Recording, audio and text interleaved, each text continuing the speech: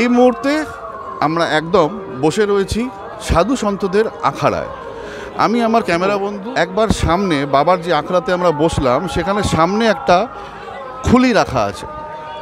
আমাদের প্রশ্ন ওনার কাছে এটাই হবে যে আমরা এখানে দেখছি অগণিত মানুষের ভিড়, মানুষ আসছে সাধু সন্তদের দেখতে, কিন্তু আমাদের প্রশ্ন এটা আপনার কাছে, সনাতনী হিন্দু ধর্মকে আপনারা যেভাবে আগলে রেখেছেন, আগামী প্রজন্মের কাছে এই ব্যাটনটা যদি তুলে দিতে হয়, তাদেরকেও যদি ধর্ম রক্ষা করতে হয়, তাহলে কি করা উচিত আজকের দিনের সমাজকে?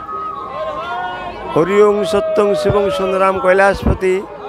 এটা যে যুগে যুগে অবতারী সনাতন ধর্ম, বহুত পুরনো যুগের না পৃথিবীর সৃষ্টি হওয়ার থেকে শুরু।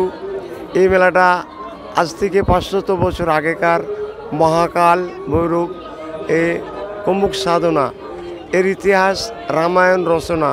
এই রামায়ণ রচনা নিয়ে কুম্ভক সাধনা হয়, এই নিয়ে অনেক ঘটনা। আমরা এইভাবে চলছি। আমরা এই যুগের মানুষ যেটুকু বুঝি আর জানি, সেইভাবে আমাদের সনাতন ধর্মকে রক্ষা করতে হবে। অতএব সনাতন ধর্মের নিয়ে চলতে হবে, এ আমাদের বক্তব্য। আর একটা প্রশ্ন আপনাকে করব, আমাদের পার্শ্ববর্তী দেশ বাংলাদেশে আজকের পরিস্থিতি খুবই দুর্ভাগ্যজনক। হিন্দুদের ওপর যেভাবে ওখানে অত্যাচার করা হচ্ছে দৈনন্দিন, সেক্ষেত্রে আগামী দিন ভারতবর্ষে এরকম কোনো হামলা যাতে না হয়, তাতে কি আপনাদের মনে হয় সনাতনী হিন্দুদের আজই তাদের বাড়িতে অ্যাটলিস্ট কিছু অস্ত্র রাখার দরকার প্রয়োজন হয়ে পড়েছে মনে করেন?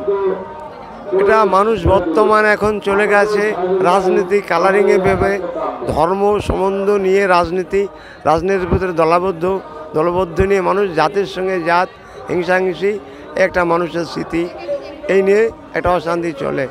এটা আছে বড় বড় যারা দেশের বড় বড় সাধক আছে, মনো ঋষি আছে, এনাদের মুখে রায় আছে, এনাদের একটা ছেড়াধার্য হবে। এই কলিযুগ থেকে আবার সত্যযুগ কীভাবে তৈরি করবে আমরা এটাই বুঝতে চাচ্ছি।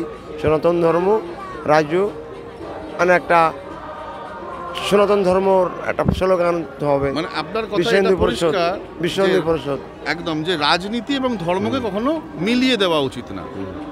হ্যাঁ, এটাই আর কি। আপনার নাম, কোথা থেকে এসেছেন? আমার বাড়ি গেদে বানপুর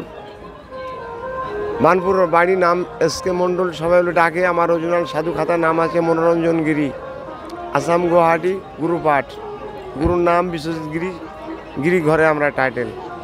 অসংখ্য ধন্যবাদ আপনাকে সত্যম নিউজকে সময় দেওয়ার জন্য। আপনারা দেখছিলেন সত্যম নিউজ, এবং এরকম আরও অনেক তথ্য আমরা তুলে ধরবো একদম সাধু সন্তদের আখড়া থেকে। ভয় নয়, আপোষ নয়, শুধু সত্য খবর পরিবেশনার প্রত্যয়। সত্যম নিউজ।